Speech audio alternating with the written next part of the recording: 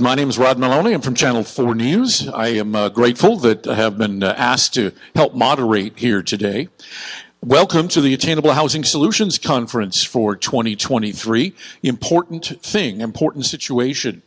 And as we start to see Pontiac sort of take on a differing look and start to move up, things changing, moving around, county investing in downtown and so forth, the future is looking brighter. And of course, the person who was best versed at explaining all of that would be the mayor of Pontiac. His name is Tim Greimel. You know him. Tim's going to help get us started by talking a little bit about where things are and where the need is and what possible solutions are. So, ladies and gentlemen, Mayor of Pontiac, Tim Greimel.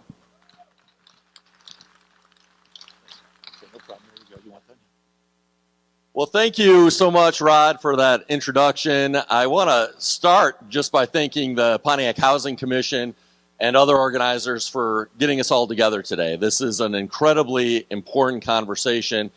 And although affordable and attainable housing has long been an important topic and issue, really across the country, it is now more important, more urgent than ever before, especially in the past couple of years as we've seen housing cost inflation skyrocket. We've seen new construction cost inflation skyrocket, including both labor costs and material costs.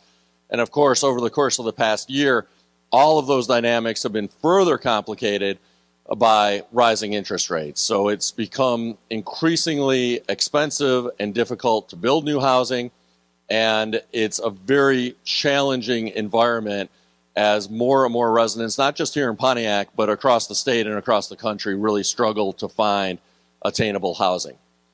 We at the city have taken a few steps just in the past year to try to help both improve access to affordable housing as well as to try to improve the quality of housing. I really always try to emphasize that there are two components to addressing our housing challenges. One is making housing more affordable and attainable, as the title of today's event suggests, but also improving the quality of housing and trying to help more residents find owner-occupied housing options to try to promote more home ownership. To these ends, the city launched a down payment assistance program. We've used community development block grant dollars to allow residents to get a 50% match from the city for down payment assistance when buying their own homes. We think that's a very tangible and specific way that the city can assist more residents to actually access home ownership. The other thing that we've done is we have launched a new home improvement program using several $1 million of American Rescue Plan dollars. We will begin accepting applications from residents beginning on June 21st for the first of 3 phases of this program. Each of those phases is a tranche of $1.1 million, and residents can apply for up to $25,000 to improve their homes. There's a broad array of home improvement programs and options that homeowners can apply for. Practically just about any home improvement you can imagine can be covered by this program. And as I said, each homeowner can apply for up to $25,000. They need to, of course, own their own home. They also need to make sure that they're providing documentation that they're not facing imminent mortgage foreclosure or tax foreclosure. This is a program to make sure that we're improving homes for residents and homeowners, not for the bank that will soon be owning the home after foreclosure, not for the county that may be trying to seize the home through tax foreclosure. So they need to provide documentation that they own their home and that they're not in risk of foreclosure. But it's a really exciting program where the city will provide and arrange for the contractors to do the work. We have vetted the contractors. We have a list of about 7 licensed contractors really that look like Pontiac. So several of the contractors are Pontiac-based contractors. Several of the contractors are black-owned contractors. At least one of the contractors is Spanish-speaking. They're all licensed. They've all been vetted for quality of work. And the city will assign these contractors to qualified applicants who are being awarded the funding for this program. The city as well will follow up, make sure that the contractors are doing the work that they're supposed to be doing and that it's done in a quality way. When I've talked to residents, has been a big relief to a lot of folks, especially seniors, because they're relieved that they don't have to go out and try to find a good contractor. They don't have to police the contractor and make sure that the contractor's done the work as they're supposed to be.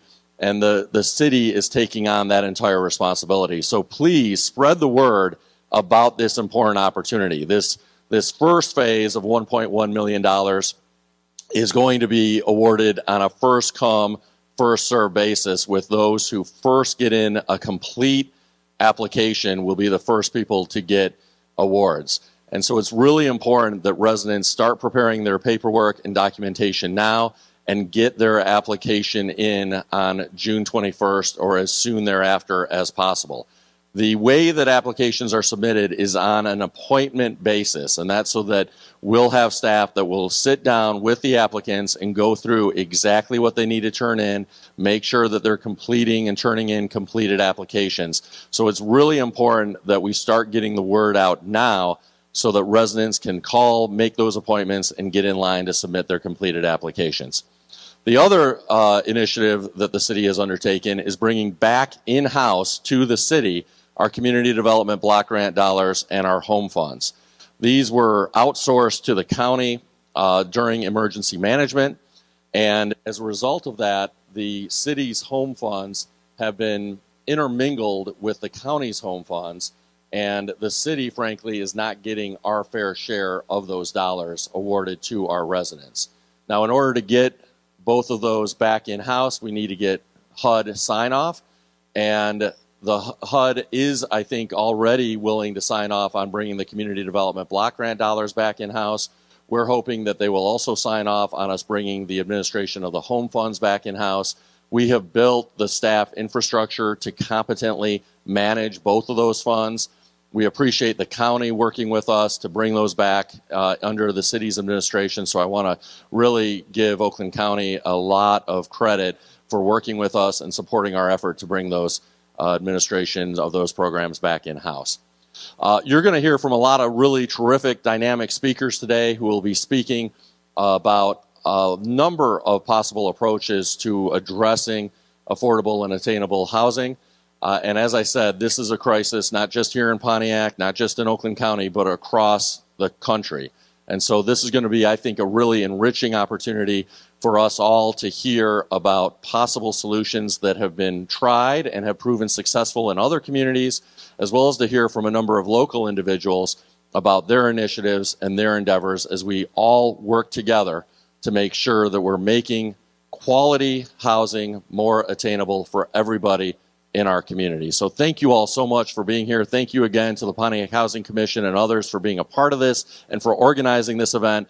I really appreciate all of your leadership and all of you being at the table as we work together to make housing better and more attainable for everybody. Thank you. Good to see you, man. Take care.